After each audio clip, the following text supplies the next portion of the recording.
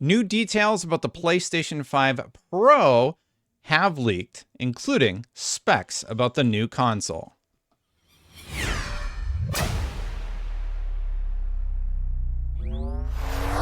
So the PlayStation 5 Pro leaks are coming from Moore's Law is Dead. I'll link to his full video in the description below. But if you take a look, this is actually being corroborated by at least Insider Gaming, if not other outlets.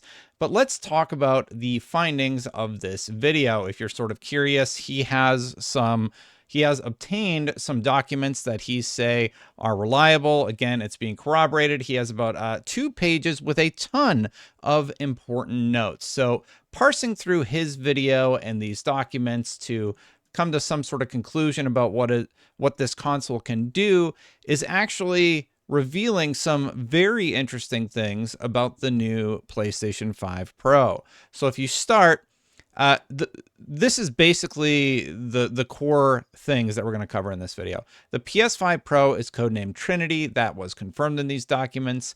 Trinity is a high-end version of PS5. Hereafter, standard PS5 is how we're going to talk about the base console, the current PlayStation 5 that we all have today, or at least hopefully have. Existing PS5 titles can be patched for higher performance. That is very interesting because it's sort of how the Xbox Series X works right now. Basically, you can take an old game and have it improved if you want to patch it, and PlayStation is going to be able to do that. Another example, I suppose, would be the PlayStation 4 games that get enhancements on PlayStation 5. When running on Trinity, PS5 titles can support higher resolution and frame rate. That is something a lot of people really care about, and especially when games like Dragon's Dogma 2 are coming out, and based on my preview at least, it seems like frame rate might be a little bit unstable on that platform, while with the PlayStation 5 Pro, it would be running a lot more smooth. Post-launch titles can be released with day one support for both consoles, and games can also leverage the increased performance to add support for new graphics features such as ray tracing. Now, say what you will about ray tracing. I do realize it's sort of a buzzword in the market right now, but being able to add more of it just means developers get more options, and that is pretty exciting. Continuing on, though, there are 3 key features outlined in the document. It's higher GPU performance, faster ray tracing, and powerful machine learning architecture.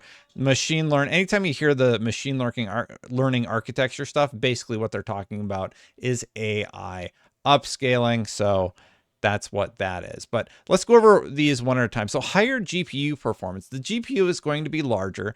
That's going to make rendering 45% faster. And according to Moore's Law, that is raw rendering, not optimized rendering. That is raw rendering. And he's guessing it's RDNA 4 or 5 because of just how big of a jump this is. And it's going to result in more stable games, sort of like what I alluded to at the top with a game like any unstable game that you have played will run smoother. It'll have a better base resolution and a more locked frame rate, whatever that may be.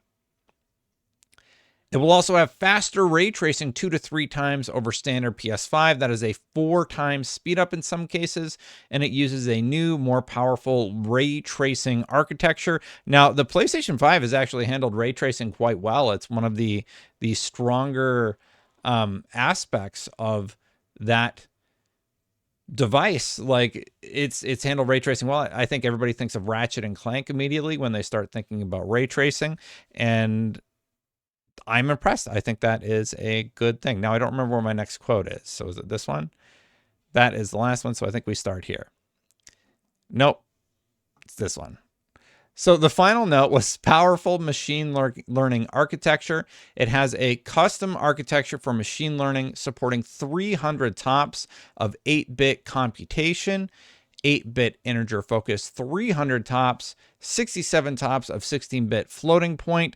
Now, if you're looking at what that means in terms of like how it compares to the PS5 or Xbox Series X, it's 33.5 teraflops of floating point 32 according to Moore's Law, and looking it up, the Xbox Series X is 12 teraflops and the PS5 is 10.28 teraflops. So you're talking about 3x the power here in this thing, which is very impressive to say the least. And this is used to support our upscaling / anti-aliasing solution, PlayStation Spectral Super Resolution, or PSSR for short. In the remainder of my notes here, I refer to it as PSSR. Now, basically, they're talking about utilizing AI upscaling, something we've seen a lot on YouTube and in videos, to make games look better. Another thing we see in a lot of YouTube videos are these people asking for you to hit that subscribe button, hit that bell, and hit that like button, because it really all does help the algorithm. Thank you for watching so far. Continuing on, there was a second page where they sort of defined what PSSR is. Spoilers, like I said, it's AI upscaling.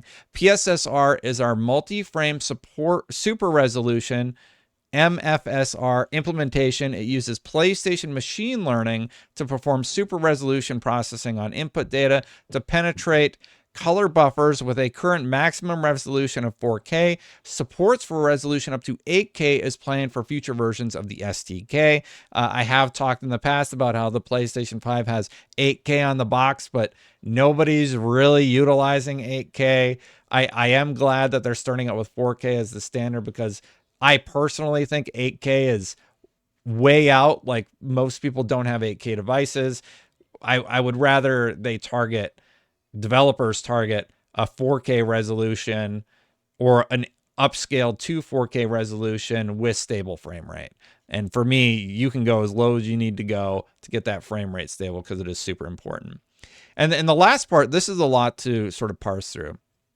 PSSR is a machine learning enhanced version of temporal anti-aliasing upscaling, replacement for a game's existing temporal anti-aliasing or temporal upsampling. Inputs are quite similar to DLSS or FSR, full HDR support. So if you've used DLSS in any of your games, or FSR, you know how cool it is to just be able to toggle that on and not really have an overall negative impact to your gaming experience, but see drastic improvements to your stability in terms of frame rate. So to me, that is quite exciting to see that it's going to be implemented on the PlayStation 5 Pro.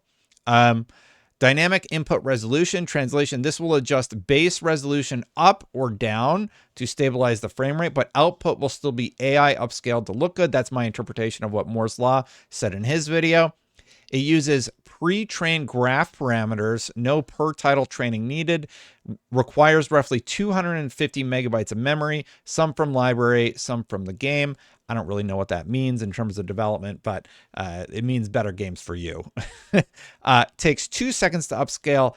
1080p to 260p optimization ongoing, may see a reduction in running time in the future. So all of that is from Moore's Law is Dead, and it is really, really interesting to see these details about how the PlayStation 5 Pro is planning to have a huge uptick. And just so you know, like I said, these are all from Moore's Law. These are the documents that he references, and this is being planned for this year.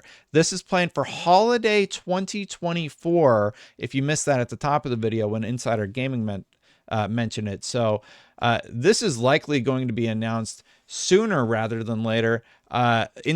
Insider Gaming goes on to say, Insider Gaming, who was also shared documentation from the developer portal under the condition that it's not shared publicly or privately, can also confirm that dev kits have been available to first-party studios since September 2023, third-party since 2024, and from spring 2024, test kits will also be available, which will be identical to the final product. To me, that gives this extra credibility. The fact that dev kits are out in the wild, the fact that Insider Gaming corroborates what Moore's Law has said. I find this pretty exciting that we could be getting our first next-gen piece of hardware or mid-gen refresh, and then I imagine that Xbox will follow shortly thereafter. And we do know that the next Nintendo console will be released in 2025.